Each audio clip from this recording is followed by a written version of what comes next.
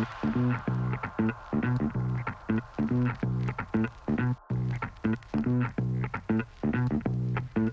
everybody, welcome to Youth Service. We are so excited you're joining us today. My name is Karen. I'm a high school leader at Mission Viejo. I'm Juliet, and I'm a student at the Costa Mesa location.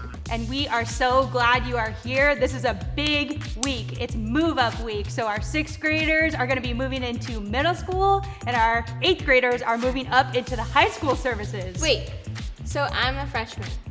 That's right. Welcome to the Octagon. Well, I guess I'm gonna be a freshman at OLU now. That's amazing. So, Karen, what's a memory that you have from your freshman year of high school? Well, I went to El Toro, and El Toro's famous for the 20 step, lots of stairs. And so that was one of my greatest fears going, is knowing that it was possible to fall down those stairs. But luckily, there's handrails, so that's something good to know. Speaking of fails and falling, we have some fail videos to show you. Hit us with it.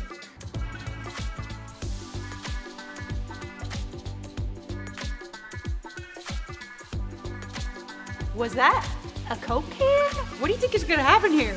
It's probably just gonna hit him in the head or something. It's just, I don't know. I think it's going straight through a window. Shoot. Yeah, let's see what happens.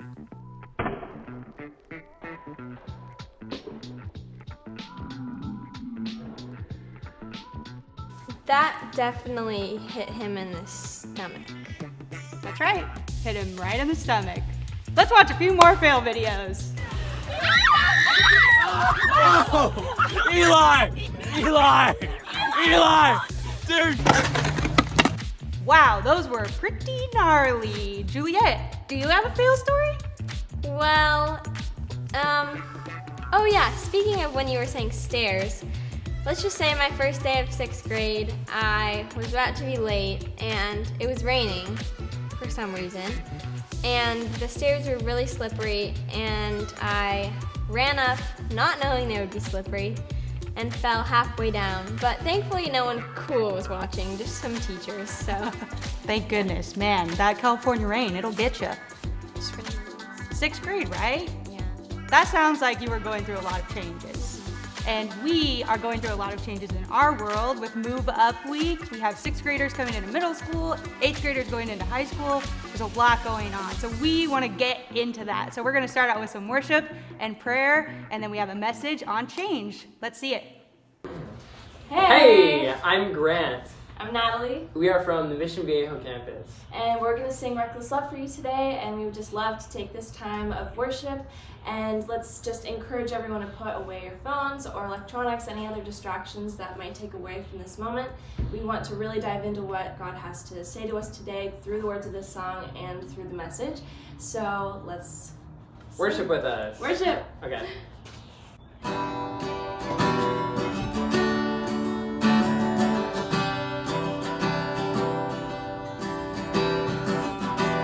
Before I spoke a word, you were singing over me. You have been so good to me. Before I took a breath, you breathed your life in me. You have been so good to me. Oh, the overwhelming, never-ending, reckless love of God. Oh, it chases me down, fights till I'm found, leaves the 99. I couldn't earn it, I don't deserve it, still you give yourself away. Oh, the overwhelming, never-ending, reckless love of God.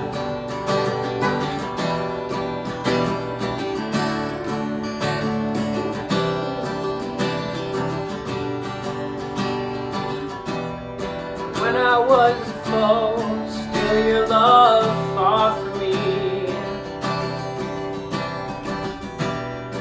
You have been so good to me.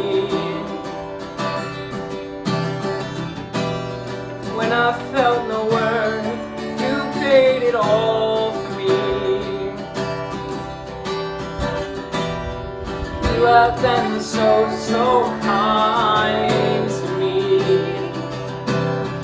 Oh, the overwhelming, never-ending, reckless love of God. Oh, it chases me down, fights till I'm found, leaves the 99. I couldn't earn it, I don't deserve it, still you give yourself away. Oh, the overwhelming, never-ending, reckless love of God.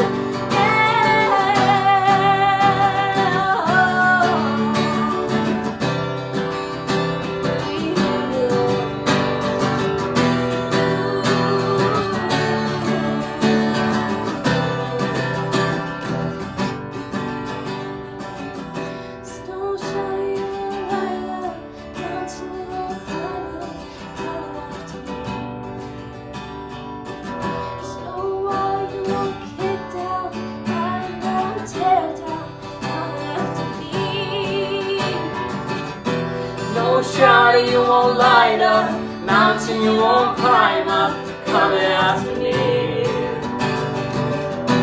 No wall you won't kick down, lie you won't tear down, coming after me. No shadow you won't light up, mountain you won't climb up, coming after me. No wall you won't kick down, lie you won't tear down, coming after me. Oh, the overwhelming, never-ending, reckless love of God. Oh, it chases me down, fights till I'm found, leaves the 99. I couldn't earn it, I don't deserve it, still you give yourself away. Oh, the overwhelming, never-ending, reckless love of God.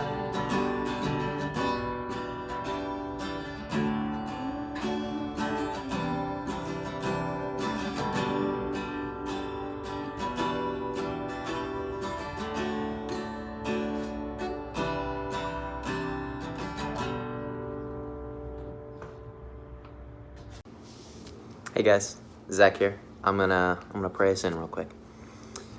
Dear Lord, thank you for today.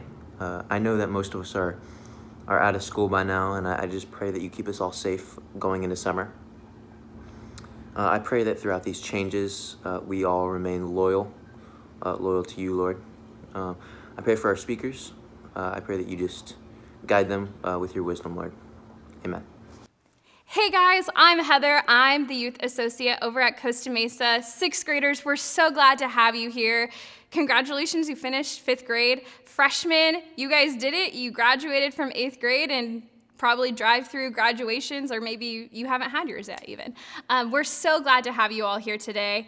And in this time, we've been going through a lot of changes in all of our lives, whether you're just moving to a new grade, maybe you're starting a new school.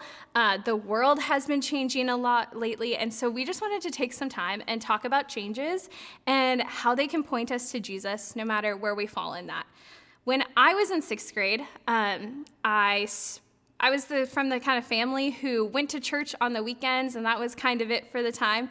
And so I had to move to my middle school service, and that was at a different time, at a different room. I was scared. I was really shy as a sixth grader, super quiet, reserved. And I went to this new service, and I felt so uncomfortable the whole time. I was like, no one here knows me. No one here seems to like me. I don't feel seen or known. And I just felt so uncomfortable in that moment. And I actually didn't continue going. I stepped out of that comfort. I didn't push through. I didn't talk to Jesus at all about it. I was just like, this is uncomfortable. I don't like this. Bye. Maybe I'll come back later. And I just want to encourage you guys to not be like me. Don't find something uncomfortable and just step out. But I want to encourage you guys to step in these uncomfortable times, to take a step forward into the uncomfortability. Changes are always going to be uncomfortable. There's a few different sections of changes that we're probably going to face in life. And so there's a physical change where physically our bodies just change. For a lot of you guys, you're teenagers, and that means your bodies are changing. If you don't know about that, go talk to your parents or Stevie or Jono. They have all the answers. And it's just uncomfy. Like getting your first zit, uncomfortable. I hated it. I still hate it when it happens. Change is uncomfortable. Those small changes, physical changes, uncomfortable. Then we have emotional changes. Sometimes I cry, and then an hour later, I'm happy. And I feel so uncomfortable that I was just crying. Or maybe I was just really happy, filled with so much joy, and 30 minutes later I'm crying and I'm like, oh my gosh, this is so uncomfortable. What are people thinking about me? Emotional changes vary. There's a lot of different ones. And I just want to tell you guys, whatever your emotions are, whatever you're feeling, those are valid. I know that they're uncomfortable. I feel that too, but don't just try and run from them or escape them. But being aware of what we're feeling actually is going to help you so much longer in the long run. And then relational changes. Friendships change over time. Our family relationships change over time. Our acquaintance relationships, they change over time. For a lot of us, going to a new school changes our friendships. And sometimes that's a thing that we can mourn and be sad about, and sometimes you're kind of okay to have new friends. And so wherever you feel like that, for walking away from friendships, for being in uncomfortable situations with friends, uncomfortable situations with your family around changes, just know you're not alone in that. Everyone else is going through that, and through it we'll become stronger, and our relationships further on in life will be better because of it. And then a last aspect of change is spiritual changes. Our relationship with Jesus is ever changing, is ever growing, not in a way that we change and we're a whole new person and turn away from him or anything, but how we're growing with him. And that change is growth. If I prayed the same way that I did when I was a freshman in high school, it wouldn't necessarily show that I've grown in my faith, that I've had a change in that. And it's uncomfortable at times to not be sure what to pray, to sit in weird and uncomfortable situations, praying out loud in small groups, uncomfortable. But I've pushed through, I've grown, and grown deeper in my relationship with Jesus because of that. I've been able to pray prayers that I wouldn't have thought I could before. And I've grown in that aspect. So there's a lot of different aspects of change, and they're all uncomfortable. I felt uncomfortable in all of these situations, but I want to encourage you guys to press into Jesus, that, like I just said, we can become stronger with Jesus, that we can lean on him in those uncomfortable moments. We can lean into our relationships that we have in community when things are uncomfortable, to hopefully point us to Jesus. One of my favorite poets puts it this way. She says, "We're getting stronger now, find things we never found. They might be bigger, but we're faster and never scared. You can walk away, say we don't need this, because things will change. Can you feel it now?" And I just want to encourage you that through that, as she says, my favorite poet is your girl Taylor Swift. Yeah, that was song lyrics from Change.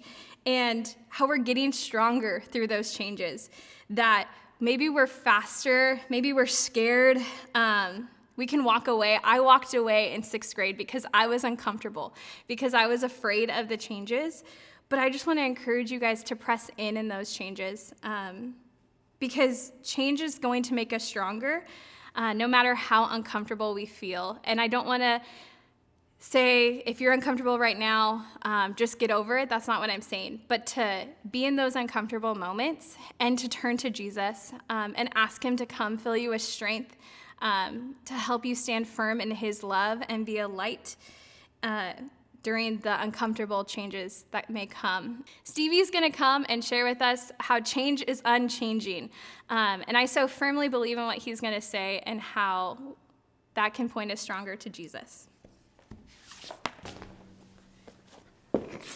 Okay.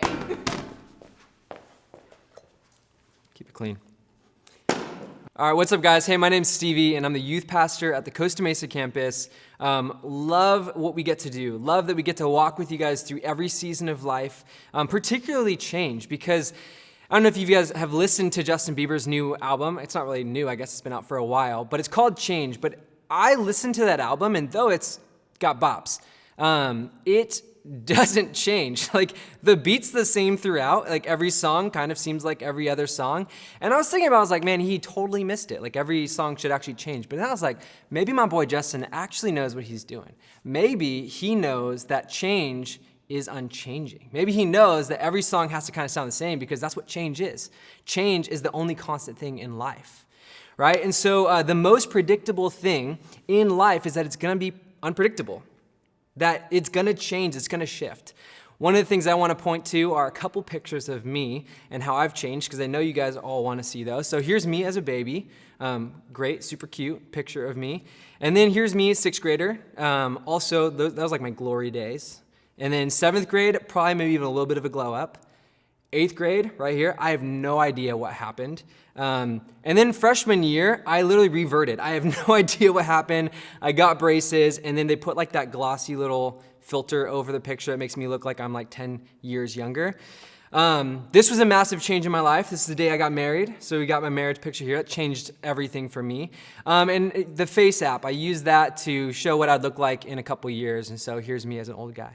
So here's a couple of the changes that happened in my life. It's crazy how much I've changed and how much I still continue to change. I am always and constantly changing. When I started to follow Jesus as a junior in high school, that changed my life completely. And then, even after I followed Jesus, I'm a pastor now, and even now, my relationship to Jesus is growing and changing. Not in a bad way, actually in a good way, but it's morphing and changing. Just kind of as Heather said, it shows growth in my relationship with the Lord. So here's the thing, change is unchanging. It's a constant thing in life. Change is gonna happen. Obviously, we want to plan, we want to move forward, we don't want things to change in a dramatic way, and things don't always change in a dramatic way. But with all of our plans, there's something about them that we need to hold them a little bit loosely and say, God, above it all, even when things do change, I trust you and I'm going to follow you. Because here's the reality about God, is as things change, even the biggest and most dramatic changes, I can even point to my testimony maybe sometime in the future, those actually have the opportunity to be the greatest blessings in your life. And so change is incredible when we give it over to God. So change is unchanging. It's going to keep happening. Changes happen in life. Change is hard too. So the emotions that you feel with change, the difficulties, it's okay to acknowledge that. One of the ways that we can actually equip ourselves for change is just to acknowledge it. It's difficult to be real with those emotions, but also to be prepared to realize life is going to change. Now, one of the other things that Heather kind of pointed to a little bit, I know Jono's going to talk about, and even next week, Heather's going to dive even deeper into it, but change, knowing when you surround yourself with friends and family and community, youth group and church, walk it out together. This is how we can prepare ourselves for change. I'm going to look at this passage in Luke 2. I love this passage because it's 12-year-old Jesus. Now it says this, every year Jesus' parents went to Jerusalem for the festival of the Passover. When he was 12 years old, they went up to the festival according to the custom. And after the festival was over, while his parents were returning home, the boy Jesus stayed behind in Jerusalem. But they were unaware of it. Thinking he was in their company, they traveled for a whole day, and they began looking for him among their relatives and friends. When they didn't find him, they went back to Jerusalem to look for him. After 3 days, they finally found him in the temple courts, sitting amongst the teachers, listening to them and asking them questions. Everyone who heard him was amazed at his understanding and his answers. When his parents saw him, they were astonished. His mother said to him, "Son, why have you treated us like this? Your father and I have been anxiously searching for you." And Jesus says this, "Why were you searching for me? Did you not know that I'd be in my Father's house?" But they did not understand what he was saying to them. And then this, I love this. They went down to Nazareth with them, and he was obedient to them, but his mother treasured these things into her heart. And Jesus grew in wisdom and stature and in favor with God and man. Jesus grew. I love that. Jesus grew. Here's the thing. Think about 12-year-old Jesus. Jesus was 100% God, but he was also 100% man, which means he intentionally set aside some of his God power, so to speak, in order to step into the limitations that you and I have. The reason why he was able to do what he did was because he was prayerful, because he spent time following God, listening to God. He was dependent on the Holy Spirit. This is everything that's available to us. Jesus walked it out as a human so that we have an example of a way that we can live as he lived. He was sweaty. He was smelly. Jesus had his first armpit hair. Can you imagine? He had the mustache fuzz kind of grow over his upper lip. He was tired. He was hungry. He was thirsty.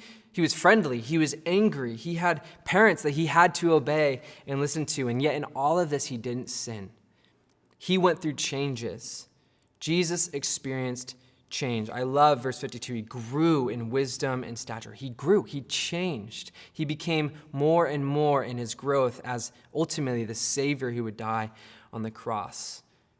Life happened to Jesus. He grew, he got smarter, he trusted God more, he got taller and stronger. Joseph, his father-in-law, ended up dying. He walked through that. His friends betrayed him. He walked through that. He moved around. He changed locations. Jesus experienced change, and as our model in everything, he shows us how to walk through change.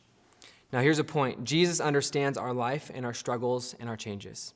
He understands them because he's walked through them. Maybe not the exact struggle that you've walked through, but he walked through the emotions. He's experienced all of it as a human through his life. So this is the point I really want us to hone in. As change is unchanging, the only thing in life that also doesn't change is God. In the midst of change, God doesn't change. In the middle of things all around you in society, in your own world, shifting and changing, I want to point to a couple verses to point out that God isn't changing in any of them.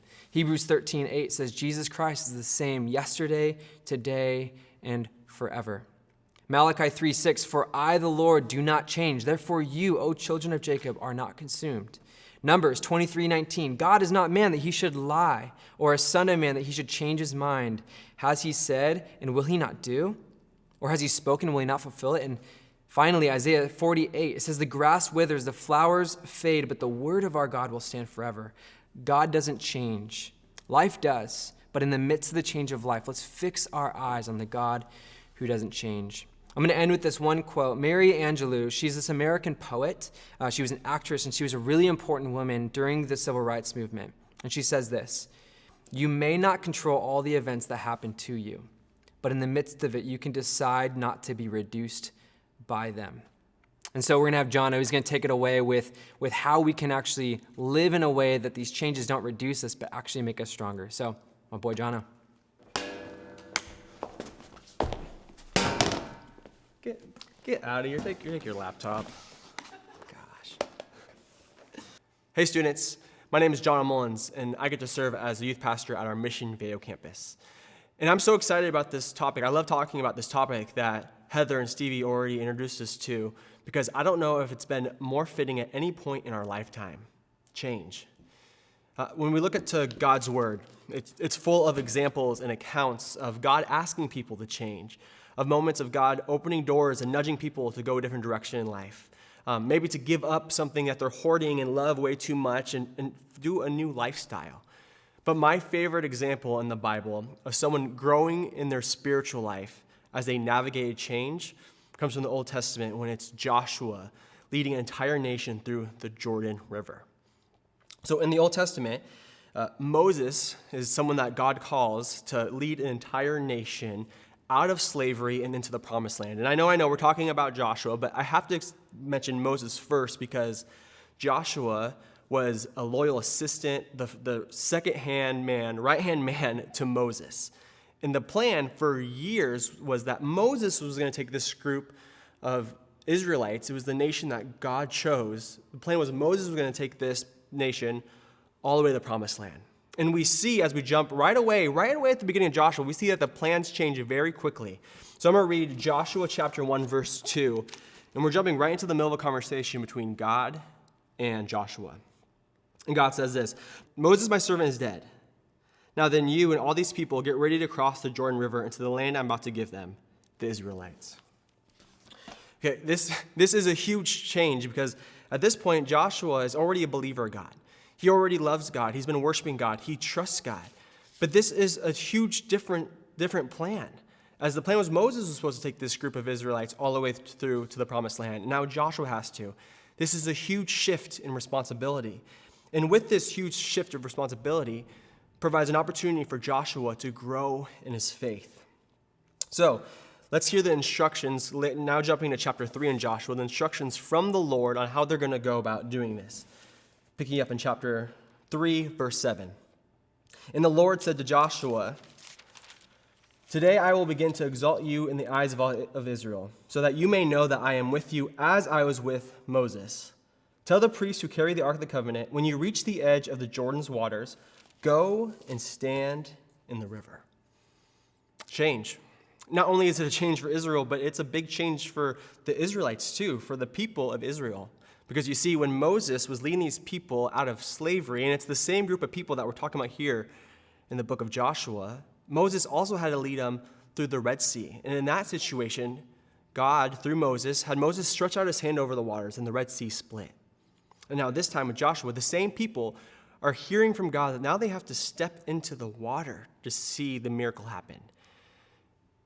This story of them going through the Jordan River, it's really an echo of when they went through the Red Sea. There's so much change and it looks different, and God is reminding them that just how I was with you when we went through the Red Sea, I'm going to be with you as we go through the Jordan River.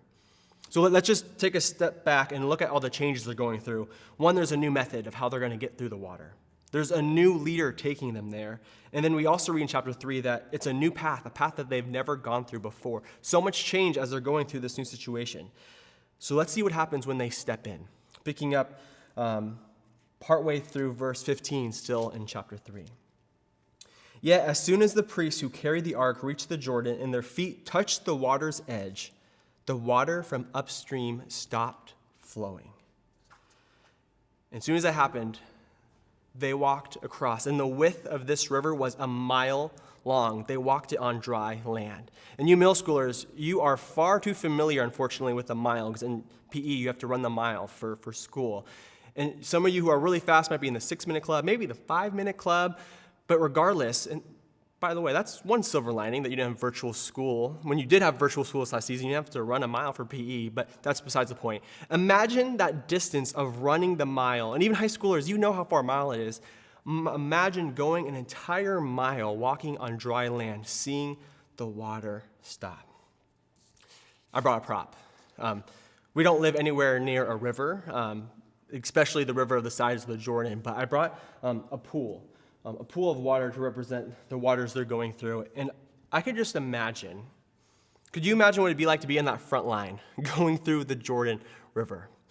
Because as they're going through this river, biblical scholars, people say that at this time of year, the flow of the water was substantial, meaning that it was a fast flow of water. They're not stepping into a little creek bed by any means. And I can just imagine if I was in the front lines with thousands of Israelites, thousands of people from my nation behind me walking with me, how nervous you'd be stepping into the water. If I can imagine being in that situation and being an Israelite, like me, they'd probably have to take off their Vans because, and who travels with Vans as they go on a journey? Unless it was the new athletic Vans, that could work, but that's besides the point. And if I was there, I could just imagine the thoughts going through my head before I step in, going for it and about to step and thinking, we're going to look really dumb. I'm going to look really dumb if I get knee-deep in water and nothing happens. This actually doesn't look safe with the flow of this water. I don't know if it's going to take me. Are you going to grab me? I mean, I'm a goner, but this is hard, and God's never asked us to do this before. This is new. Let's try to figure out if there's a different way we can go through the river. But could you imagine, and actually try to picture this, with the fast flow of water coming, them actually taking that step in, and seeing the water stop, and seeing a mile of dry land. I think they would walk in from going really timid with their posture to walking with confidence, knowing that God is with them, that they know that God is real. In my life, there's really only been one moment in my life where there was a miracle, an answered prayer request that could even measure up slightly to the water in the Jordan stopping. And when this miracle happened in my life years ago, I was stoked out of my mind. My faith was on fire. And I actually ran up to this car of someone I didn't know and knocked on the window shield, some stranger, and said, they cracked it because some crazy strangers here, and I said to them, God is real, God loves you, and he's your friend. And I walked away. And I get nervous sharing my faith with people, especially if I don't have a relationship with them. But I was so much more confident as I took a step, and I was so confident seeing a miracle happen. And I was able to do that because I knew that God was real and God was with me. But years later, I forget that in my life, the same God that was with me back then in that moment is the same God that is here with me today.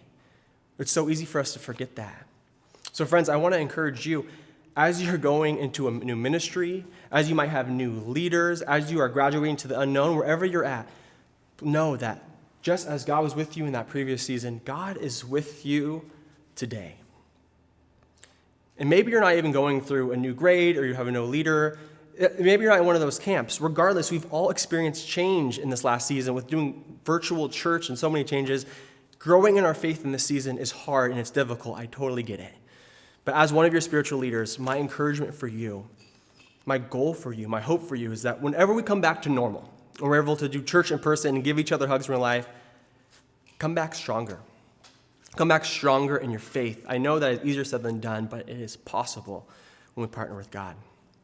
Let me leave you with a final thought. Change is going to happen. Regardless, we cannot avoid it. Change is going to happen. But as change comes, step into it with intentionality and step into that change with purpose. Wow, what a great message of how we can step into change with purpose and intentionality. Steps. We're really talking about stairs a lot today. Yeah.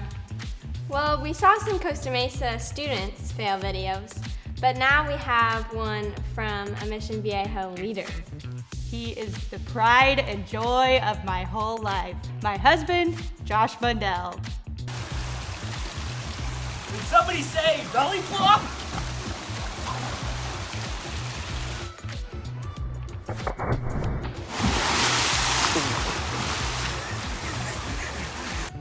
Ooh, that was a bad one. Yeah, that was some bad news. But we're looking for some good news, so we're gonna transition into a segment called Worldchangers. This last weekend, a woman named Diamond Jones raised $4,000 in just 3 days for this cleanup in South Central LA. There were over 400 people that showed up. Our leaders walked the streets, they pulled weeds, cleaning people's yards, cleaning graffiti, and picking up trash. So thank you for everyone who showed up. We love to see Worldchangers and how you guys make a huge impact in this world today. Wow, that was really powerful. How cool is it to be a part of a church that went and did something like that? We are so excited to be partnering alongside Worldchangers.